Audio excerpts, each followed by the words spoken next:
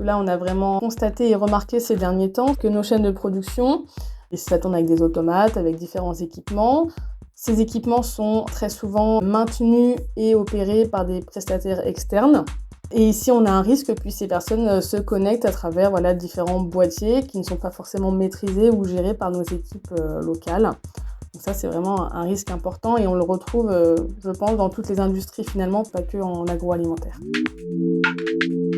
Bienvenue dans Les Résilients, le podcast des super-héros du numérique. Un podcast produit par Silicon.fr en partenariat avec Splunk, une entreprise de Cisco. Splunk aide les organisations à être plus résilientes grâce à sa plateforme unifiée de sécurité et d'observabilité. Bonjour à tous et bienvenue dans ce nouvel épisode de la nouvelle saison des Résilients.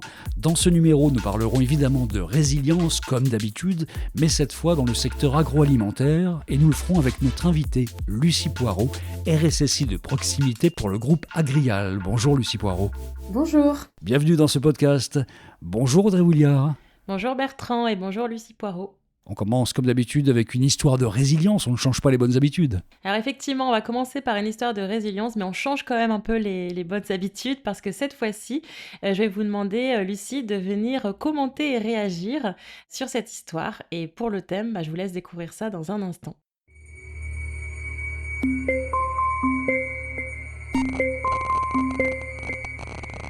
Imaginez, nous sommes en mai 2021. Une entreprise gigantesque, l'un des plus grands fournisseurs de viande au monde, voit ses opérations soudainement paralysées. Les usines s'arrêtent, les chaînes d'approvisionnement se figent. Les supermarchés se préparent à des pénuries massives et les consommateurs s'interrogent. Est-ce que c'est une simple panne ou le signe d'une menace bien plus grande ?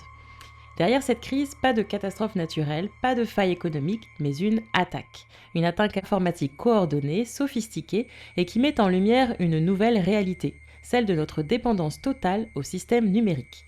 Alors, Lucie, est-ce que vous devinez de quoi je parle ? Je connais plusieurs entreprises dans ce secteur-là, mais côté viande, là comme ça je vois pas. Mais je vois bien une attaque informatique.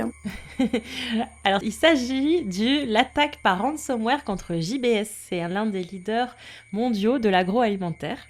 Ça va entraîner l'arrêt temporaire des opérations de cette entreprise dans plusieurs pays, dont les États-Unis, le Canada et l'Australie.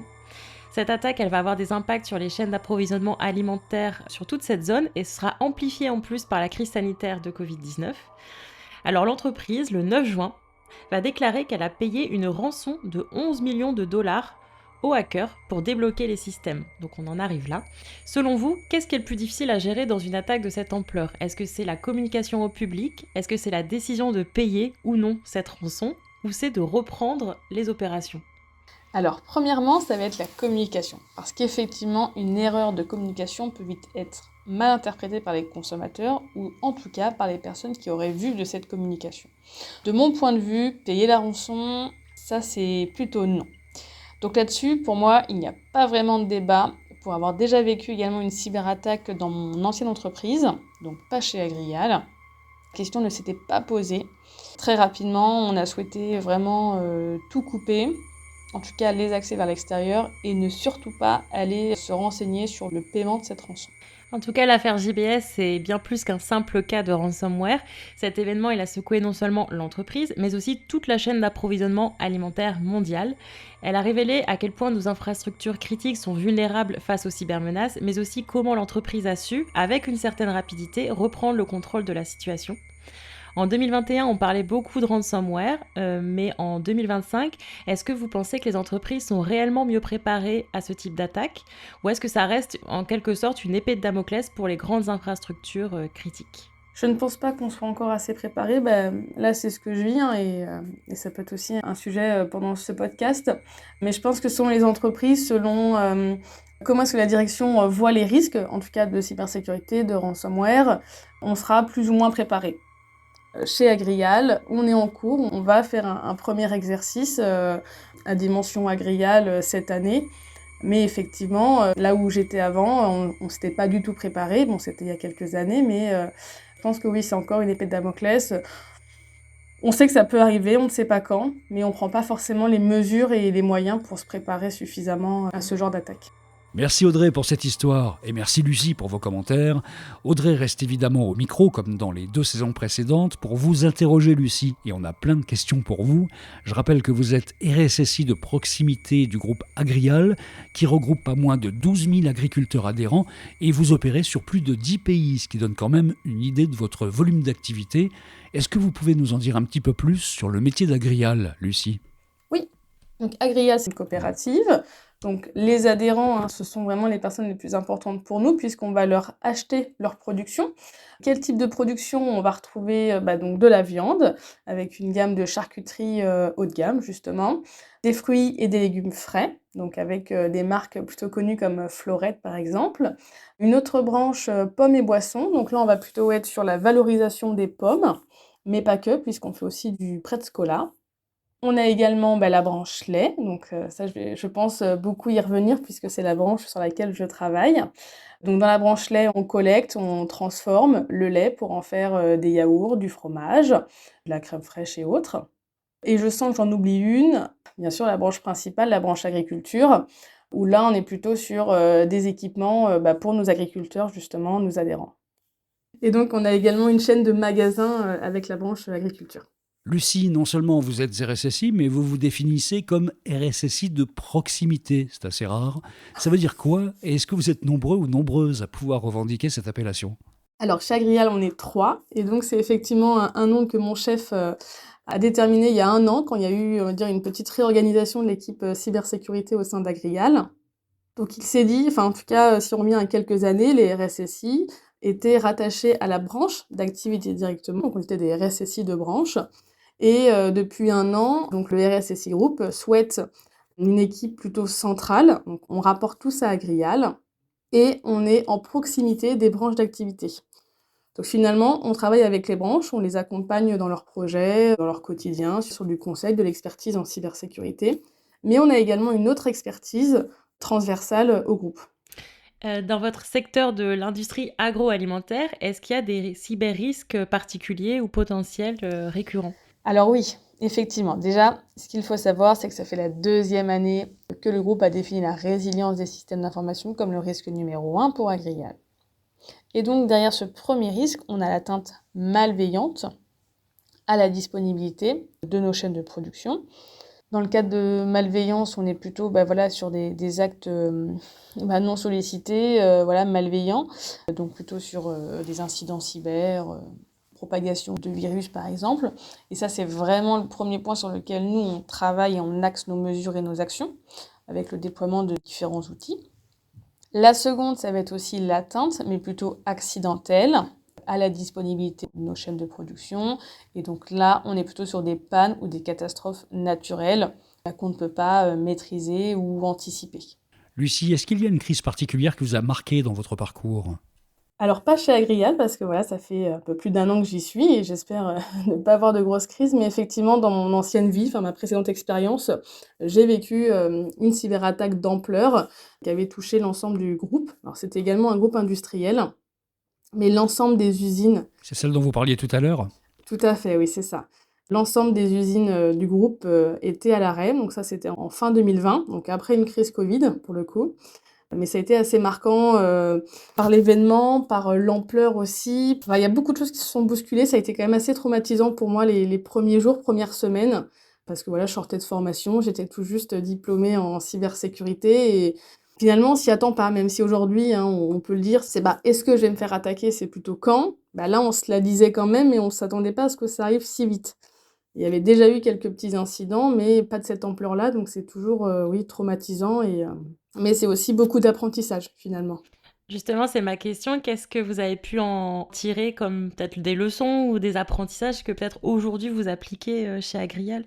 Oui, donc finalement, l'entraînement, les exercices, parce que pour le coup, ça c'était vraiment un entraînement grandeur nature, mais je pense que c'est important de s'entraîner. Alors, on sait aussi qu'un entraînement, ça va pas forcément traiter toutes les possibilités d'attaque, on va pas avoir tous les scénarios, parce que ça évolue énormément avec l'IA qui arrive aussi, il peut y avoir beaucoup de scénarios envisageables. Mais quand même s'entraîner, vérifier que nos fiches réflexes, que nos procédures soient à jour, qu'elles puissent aussi être déroulées par les bonnes personnes, c'est vraiment important. Donc ça, c'est le premier point. Donc comme je disais également, On va jouer notre premier exercice niveau Agrial cette année. Les tests, alors différents tests, hein, mais notamment sur les applications critiques. S'il y a des tests de restauration à faire, s'assurer que les applications pourront être restaurées rapidement pour être remises à disposition et continuer à produire. Et aussi, ce que j'ai quand même pas mal retenu, c'est de prendre du recul sur les crises, parce qu'il y a les crises, effectivement, cybersécurité, mais il peut y avoir aussi des crises parfois un peu moins importantes. Mais tout de même, ça reste des crises, et il faut savoir prendre du recul, dégrossir le sujet, investiguer, appeler les bonnes personnes. Et tout ça, ça m'a également effectivement permis de le mettre en pratique un peu plus aujourd'hui, de se poser les bonnes questions. Et justement, aujourd'hui, dans votre environnement, donc chez Agrial, qu'est-ce que ça veut dire la résilience? Qu'est-ce que ça veut dire? Alors déjà, Eurial a décidé il y a quelques années de faire infogérer leur système d'information.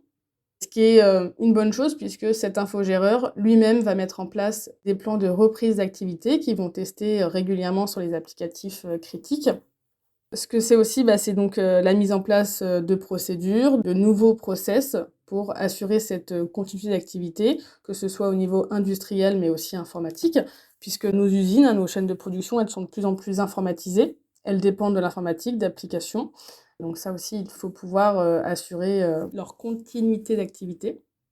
Les sauvegardes, ça je pense que c'est un point effectivement important. Donc de mon côté, en tant que RSSI, je dois m'assurer que les sauvegardes, elles soient bien faites, qu'elles soient aussi immuables, parce que si l'attaquant arrive à écrire ou à écraser ces sauvegardes, finalement, ça ne servira plus à rien. Et puis bien sûr, m'assurer qu'il y ait des tests de restauration aussi réguliers sur différents types d'applicatifs, d'applications. Et dernier point, c'est que voilà, donc grâce aussi à l'infogérance du système d'information, eux-mêmes ont mis en place 2 centres de données. Donc finalement, une partie de nos équipements ou de nos applications sont déjà répliqués dans 2 espaces différents. Lucie, vous l'avez un petit peu évoqué, mais quelles formations, quels exercices de sécurité avez-vous mis en place chez Agrial et Eurial? Et est-ce que les producteurs eux-mêmes font partie de la sensibilisation? Alors, différentes petites choses qu'on a mis en place. Bon, il y a quelques années, on est parti sur des petits modules de formation disponibles pour l'ensemble des collaborateurs, mais qu'on a très vite remis en question, puisque voilà, c'est des vidéos assez descendantes, les collaborateurs ne sont pas forcément acteurs de ce genre de vidéos. Donc il y a 1 an, on a revu notre position et on a déployé un petit assistant virtuel dans notre solution de messagerie instantanée. Donc il propose des petits modules courts, plutôt ludiques, interactifs. Donc ça marche plutôt bien. On a un taux de déploiement qui est plutôt réussi de notre point de vue en tout cas. Et on a encore aussi un petit peu de boulot. Le deuxième point, donc, c'est également des affiches pour les usines, parce qu'effectivement, les ouvriers qui sont dans les usines n'ont pas forcément d'équipement informatique. Donc eux ne peuvent pas bénéficier de cette sensibilisation par cet assistant. Donc là, on leur propose des affiches à imprimer directement et à placarder finalement dans les salles de pause, voilà, dans les petits coins où il y a du passage. Donc ça, c'est pour les usines et les magasins. Cette année, on a également fait un test de phishing qui a aussi plutôt bien marché dans le sens où les retours ont été très nombreux. Les gens ont plutôt bien rapporté les différents scénarios de tests de phishing. Et on a même dans cet exercice, parce que c'est quand même assez rigolo, enfin en tout cas l'anecdote est assez rigolote, on a simulé en fait un phishing avec une agence de voyage avec laquelle on travaille. Et un de nos collaborateurs a carrément contacté l'agence pour leur demander si c'était un vrai mail ou un phishing, jusqu'à ce que le DSI de l'agence nous rappelle. Vous pourriez peut-être nous prévenir quand vous faites des tests sur notre agence? Oui, bon, il y a aussi des apprentissages, voilà, tout le temps. Donc ça, c'était assez rigolo. Et sur la branche, donc Eurial, la branche lait précisément, avec le DSI, on fait des webinaires de sensibilisation en français et en anglais pour l'ensemble des collaborateurs. Et également des sensibilisations en présentiel auprès des comités de direction. Par contre, les producteurs ou les adhérents ne font pas partie de notre sensibilisation à aujourd'hui, en tout cas. Est-ce que chez Eurial, il existe des enjeux qui sont liés à l'IoT parce qu'il y a l'ensemble des outils connectés, des capteurs tout au long de la chaîne de production des produits laitiers, donc tout ça présente un caractère de risque potentiel? Oui, donc comme je l'ai dit précédemment, effectivement, notre mission est bien de maîtriser les risques afin de protéger les opérations du groupe. Donc les opérations, ça va être la collecte, la transformation et la distribution de nos produits. Donc oui, il y a effectivement un enjeu, il y a des risques.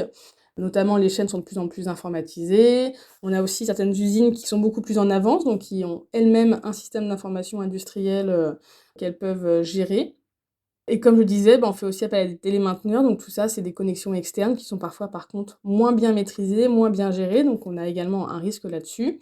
Et comme vous le disiez, les capteurs, les outils connectés, tout ça, ça va nous permettre de contrôler la qualité du lait, de contrôler les produits qu'on va vendre à nos consommateurs. Donc oui, il y a un réel enjeu, parce que là, c'est plutôt le risque sanitaire qui va prendre le dessus si demain on livre un produit endommagé par un mauvais dosage en matière grasse, en lait ou autre chose.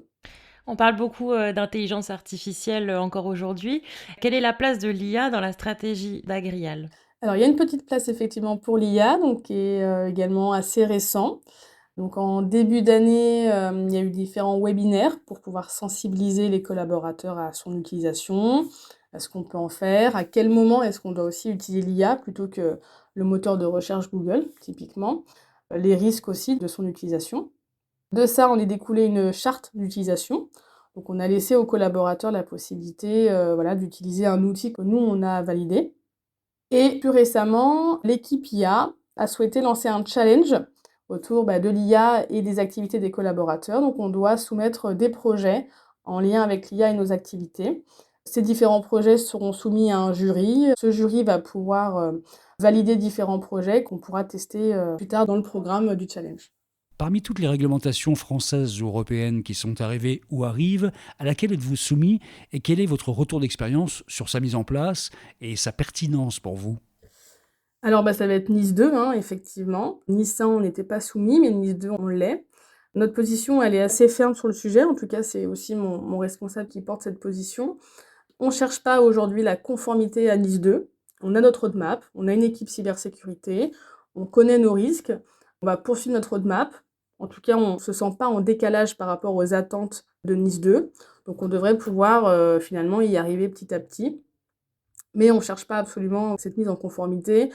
On sait aussi, en tout cas, je ne pense pas que ce soit un secret, mais le secteur agroalimentaire a quand même un niveau en sécurité qui est peu mature. Finalement, on n'en fait pas depuis très très longtemps.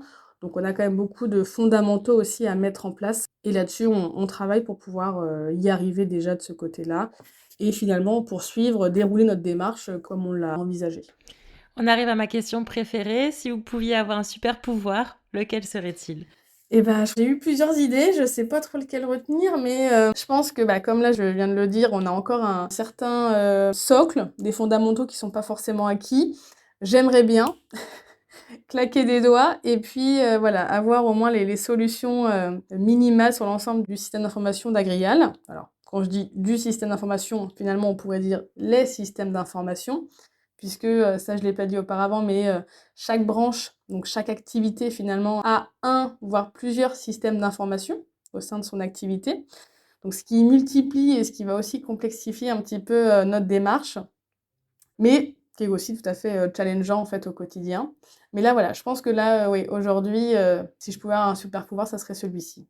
Ok, et pour un prochain épisode, est-ce que vous avez en tête une super-héroïne ou un super-héros du numérique à nous recommander ?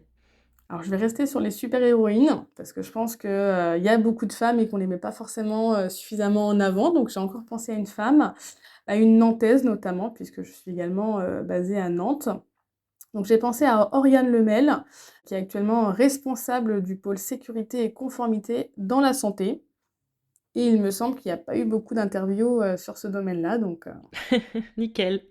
Merci beaucoup d'avoir valorisé et les femmes de la cybersécu et Nantes dans le même temps. Merci beaucoup Lucie Poirot. Merci à vous également pour l'invitation et pour ce podcast. Vous étiez donc l'invité des Résilients, le podcast des super-héros du numérique, un podcast produit par Splunk, une filiale de Cisco. Splunk, la plateforme qui renforce la résilience de votre organisation. Merci à Audrey Williard pour l'histoire de JBS en ouverture, mais aussi l'écriture et l'accompagnement éditorial de ce podcast. Et à toi, merci Bertrand Lenôtre pour l'animation et le montage de ce podcast. Saviez-vous que de très nombreux autres épisodes de cette série vous attendent, puisqu'on en est à la 3e saison, vous les trouverez sur les principales plateformes de podcast. Pensez donc à vous abonner et à bientôt pour une nouvelle rencontre. Retrouvez l'ensemble des épisodes de Les Résilients sur toutes vos plateformes de podcast préférées. Et pour plus de cas concrets en matière d'observabilité et de sécurité, rendez-vous sur le site de Splunk.